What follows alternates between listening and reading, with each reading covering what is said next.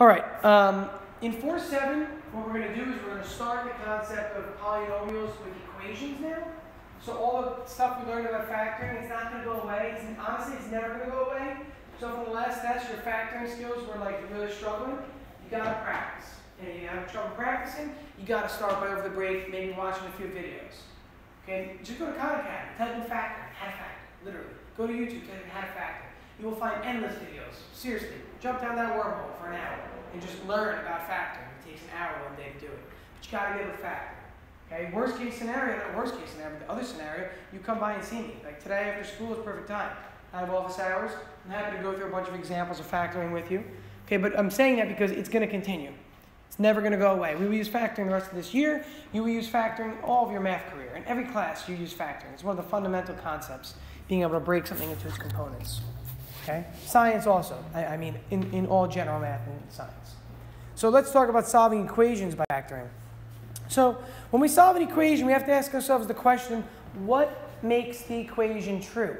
And we've done this before with linear equations. What value of x makes each side of the equation equivalent? Hence calling an equation equivalence. So there are some steps to solving polynomial equations.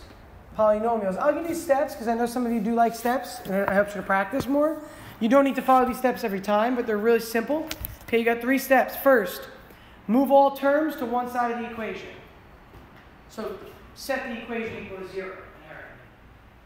Again, move everything over to one side. Move everything over to one side. This is factoring we're going to use, okay? Factoring, using the zero product property.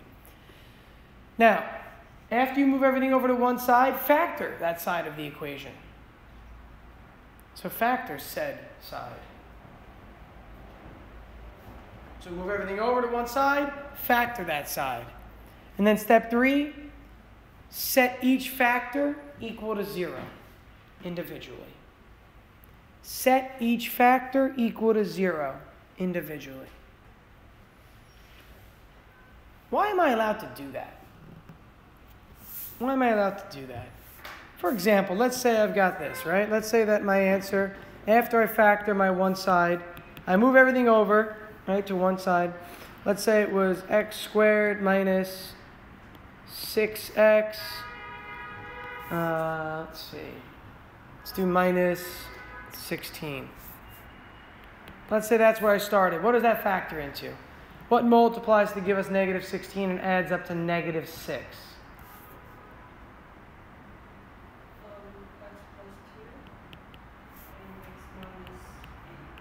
Yeah, because 8 times 2 is 16. One of those is negative.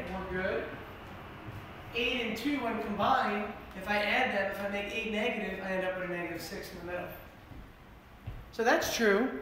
But how come the third step is true? Why can I do this now? How come I'm allowed to say this? Why can I set both factors individually equal to 0? Max? Because something times 0 equals 0. Yeah. The only way you can get a product of two things to equal 0 is for one of these to be 0. Again, I need you to understand this because so many students don't get. When I was in high school, I actually didn't even understand it. I just followed rules all the time. It took me a little while to understand this at first. And then the light bulb went off for me, I remember. This, look up, this quantity x plus 2 is multiplying x minus 8. So anytime you multiply something by 0, it's 0, right? So either this is 0 or this is 0. Either or. Both could be. I mean, obviously, but individually it could both be. But either of these values could cause this entire equation to equal 0. Tristan, what's up? So it also makes sense because if you just add 2 to the other side, that's what x equals. If you just what? Add 2 to the other side of the equation is what x equals. Subtract 2. Subtract, sorry. Yep. Okay, and try it. Literally, look. What happens when you take negative 2 and plug it in here? What does this become? 0. Take an 8, plug it in here. It becomes 0. Either way, it's 0. It doesn't matter which of these answers you choose. Both of those answers will give you solutions to this equation. Why do I have 2 solutions here? Why do I have 2 solutions? Nick, go ahead. Sure, she knows from last year the parabola is a shape that looks like this or like this with 2 x-intercepts. But from the equation, tell me, why is there 2 answers? Because there's squared. Very good. The degree of the polynomial will indicate the most answers we can get, not always how many we get, though. You'll see later that if something's like x to the fifth, you might not get 5 answers. You'll actually probably get like 3 or 1 real answer. And then we'll go into this other idea of imaginary answers a little bit later and see where those come in. All right? So let's look at the first one real quick. Do it yourself. 3 steps. This should take you 30 seconds. Go. 3 steps. Move the 15 over. Factor.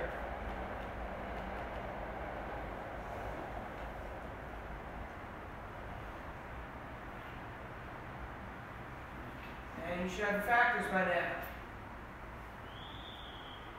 Set each factor equal to 0.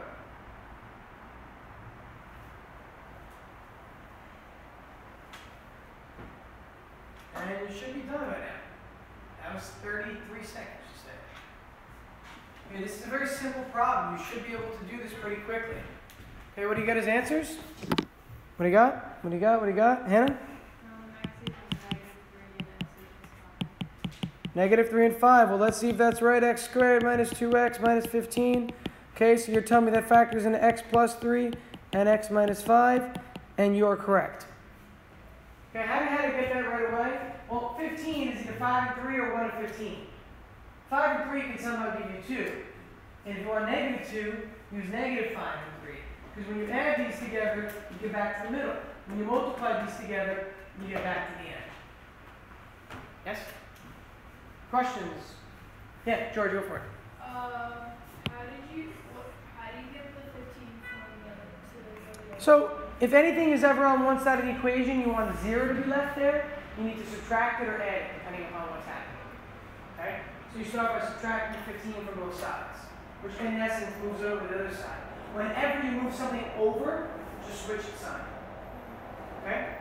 If you divided both sides by 15, that would be a tempting way to go, but you'd be left with a 1 on the right-hand side. Because 15 divided by 15 is 1. All right, so subtract 15 from both sides to start. Which of these answers is correct? Both. Okay, they both satisfy this. And you could try both of them in the original if you want and see that they both do work. Questions so far? Okay.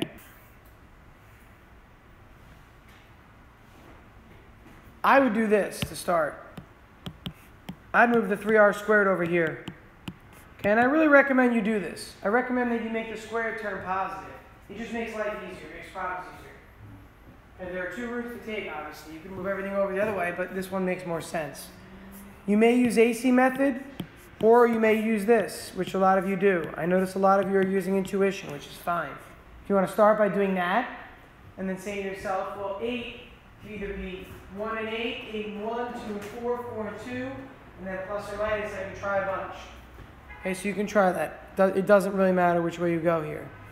If you're using AC method and you want to see a little breakdown of AC method, I get -24 when I multiply A and C. 2 numbers that will multiply to -24 and add up to -10. Let's see, -12 and 2 works, I think. That'll multiply to -24 and that'll add up to the -10 in the middle. So we can take that middle part, and I'll do it in blue up here, and break up the middle part into that, into -12 and +2. And then factor by grouping.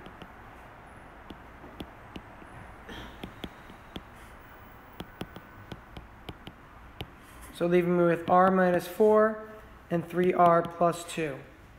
Okay? So again, intuition might be faster for you. If it is, use that. You don't need to use AC method if you can do this by just plugging numbers and doing quick mental checks. Some of you are quicker than others at that. Now, here's the thing. When I set each of these equal to 0 this time, I want you to pick up on the fact that it's not just the opposite of the numbers anymore. Like, yeah, 4 is an answer, and that's kind of the opposite of the factor r minus 4. But this one, you have to move the 2 over and then divide by 3. Okay, move the 2 over and then divide by 3. So we get 2 answers for this problem. There's nothing wrong with fractions. Please get that through your head. There's nothing wrong with decimals. There's nothing wrong with numbers that go on forever that are irrational. They occur often. so don't let that throw you for a loop because you got a fractional answer there.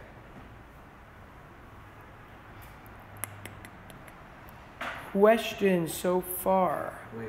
Yeah, go for it. Sorry. So how does this like help? Because if you get two different answers, then how do you know which one to plug into? Like, So we're going to use this topic, this idea, I'll give you a little preview, for two things. For graphical solutions and for problem solving. So later on, we might get two answers. Look at your answers, okay? Let's say the problem said the following. Here's the problem. Develop a right circular cylinder object that maximizes volume while minimizing the amount of surface area using.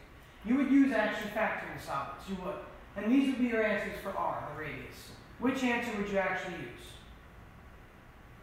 Max? 4. Why? It's not negative. Yeah, you can't have a negative radius, for example, right? So in a problem like that, you can easily see which one you would choose, right? Now for a problem that's just an equation, they're both correct. You don't pick one of them. They are both correct. For graphs, we'll see that these are actually what are called the x-intercepts of a graph. So we're going to see that later when we get to parabolas. But those x-intercepts, remember what a parabola looks like? Yeah. Those x-intercepts, that's what these actually are. Okay? So they're going to come up and play a role. Today we're just really learning a skill more than anything. Okay, good. It's good that you asked that, guys. You definitely asked that. Yeah, Annette. Okay, so I use negative 12 and 2 as my, forgetting the word. Yeah, work it up there. Yeah. Start this one, guys. And I got like 4 and negative 2. I don't know if that's wrong, but I looked at this. Okay, so look. See how you use those numbers there? Those don't go here. They don't go there. They break the middle term. So can I, alright? So this should say, let's see, so those are the numbers you pick. So see where you were here? See how negative 10? Isn't negative 10 really just negative 12 plus 2? Because you were there, right? So I want you to replace the negative 10r with negative 12r plus 2r. How many terms do I give you? Minus 3r squared minus 12r plus 2r minus 8. So instead of having 3 terms, it'll give you 4 terms. And what method do you use when you have 4 terms? Perfect. So that's what you're going to do here. So you're going to go ahead and take this. You're going to write this as 3r squared minus 12r plus 2r minus 8. Okay? And then do this. Now, the fact of this, you'll get the answers we had. You just took the 12 and the 2 and made those your answers. See that? That's just arbitrary. You can't do that. I mean, you can, but it's not going to work. Okay? So that's what you want to do. Now factor that by grouping. You should get the right answer. Did I leave my pen over there? Hey, what do you notice about this one? Right off the bat, what do you notice? What do you notice, George? 10 and 25 that are multiples of 5. 10 and 25 are multiples of 5. I'd agree with that. Oh, I'd agree with that for sure. Something more than that, George. Even more. First of all, anybody get the factors right off the bat? What are the factors? What are the factors? X minus 5, X minus 5. So what's your answer? It's just 5. But we said there's 2 answers. So how do you account for that? What do you say? What do you call it? Correct. So the answers are duplicates of one another. So we could say several things. And I want to talk about some quick terminology with you guys. So those are my answers right there. Right? I could say that the answer is 5 with multiplicity 2. That's one way to say it. Multiplicity 2 meaning there's 2 of them. Or you might call this a double root. A double root is when the answer is the same twice. Okay, double root, the answer is the same. You might also call this a repeated root. That's fine, but I'm just trying to give you guys terminology right now. So I'm telling you these things so you can write them down. So when later in the year we reference those words, you know what they are. So we can call this a repeated root, or in this case, because it happened twice, we can call it a double root. The term multiplicity of 2 or multiplicity of 3, meaning like a double or triple root, is used in a lot of old mathematical texts. So you're not going to see that often nowadays. You say it's a double root. Or if 5 repeated itself 3 times, you say a triple root. Quadruple root, pentuple root, those get a little bit annoying after a while. Okay, so you just can say in general it's a repeated root. Yeah. So it's parabola. This has the significance, yeah. Yeah, so how would that work? All right, I'll show you real quick. I don't want to get ahead of myself, but this is good to see. Here's 5, right, on the x-axis. So here's one of your x-intercepts. Well, where's the other one? It's the same thing. Very good, Max. That's exactly what it is. It's as if it's sitting on there. That's the time when you have a repeated root. We're going to talk about this later with graphing, that when you have a repeated root, it looks like that. It's an indicating factor. Because if the answers, instead of 5, let's say the answers were x equals 3 and x equals 4, that's obvious. Here's 3, here's 4. At least we know it's going to look something like that, right? But as soon as the answer becomes the same answer twice, think about it. Make these roots further away, everybody. As they get further away, this parabola drops lower, doesn't it? As the roots get closer, what happens to the dip? The dip moves up until the roots are on top of each other. And then it dips down, touches the root, and comes back around. Can't go through the same spot twice. So when it's a repeated root, it doesn't go through twice, it only goes through once. It touches the axis, and instead of going through and then coming back in a different spot, it touches and returns on back. And that's what you see with a double root. I don't want to get into it, but it is good to have an idea visually of what you're seeing. Okay. How about the next one here? Ideas. George. You do the property of, I forgot what it's called when you go into parentheses. All right, so distribute? Yeah, distributed. We can start by distributing. I would do that too. It might be tempting to do what, though? You shouldn't do it, but it might be tempting. That's why I put this on here. It's tempting to divide both sides by like x, because there's an x cubed and an x on the other side. See what I'm saying there? Exactly. And as a result, though, you'd be getting rid of x. I'd rather you not get rid of x. I'd rather you factor it out later. Okay, I'd rather you not cancel x. You really don't ever want to cancel a variable on both sides if you're solving for it. So yeah, I would do what George said.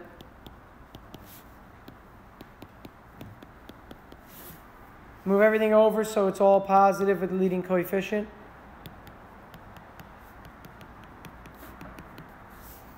Okay, so to move the 8x squared over and the negative 4x over, just simply switch the signs.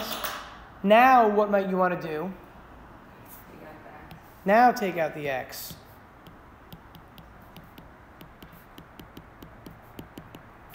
Okay, the reason I say to do it afterward and not to divide by x in the beginning is because if you divide on both sides by x to start, that x goes away.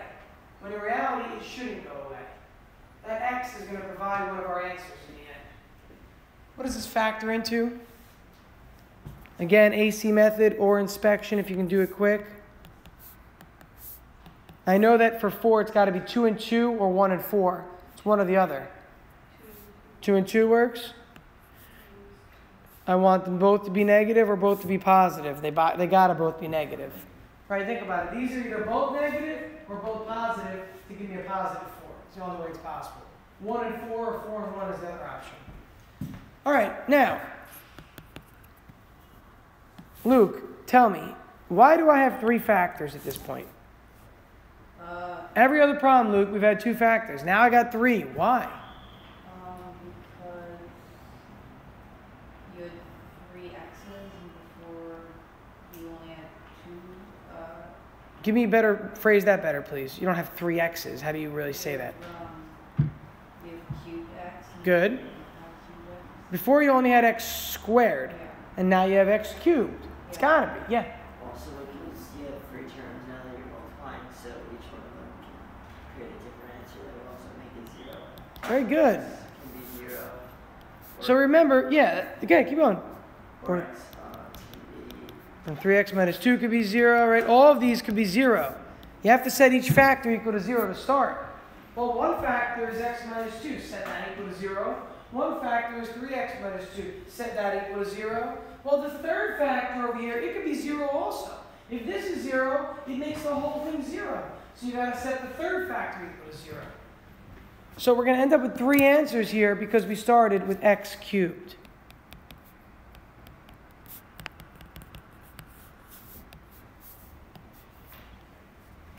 Any questions on this problem? 3 answers because it was x cubed. 3 answers because it was x cubed. So far, so good? We are definitely going to do this with a calculator also. You can explore that if you'd like to over the break while you're working on this homework. You can do that. That's fine with me. If you want to just you can YouTube how to solve a polynomial equation with a graphing calculator. But I'm also going to go over it and I'll put a video up for it as well. Okay, but if you want to get ahead.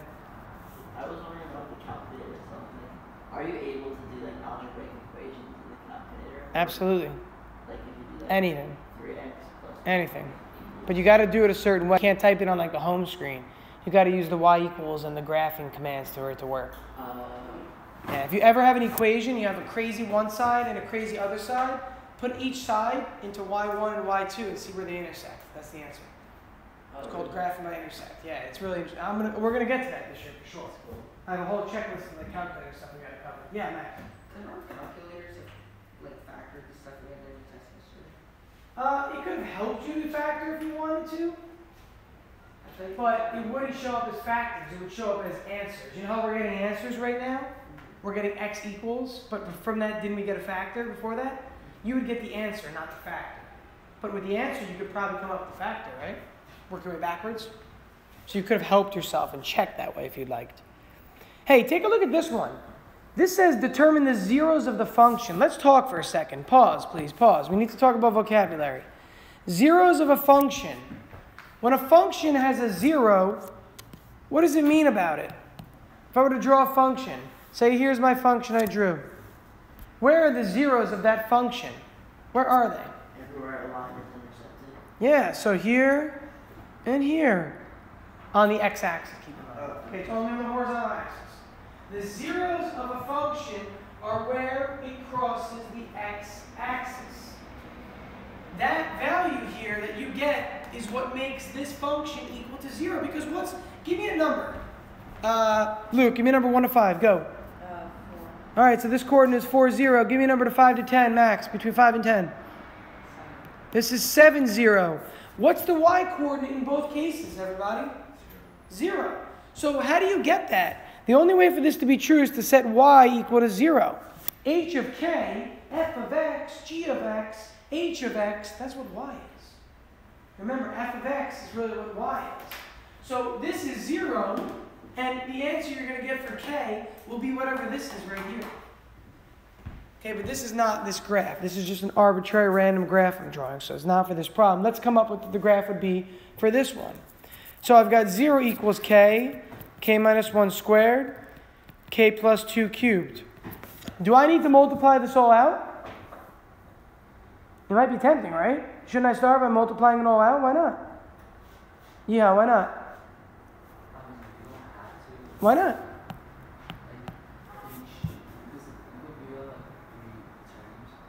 So what should I write it as to make it more clear for everybody else to see what you're seeing?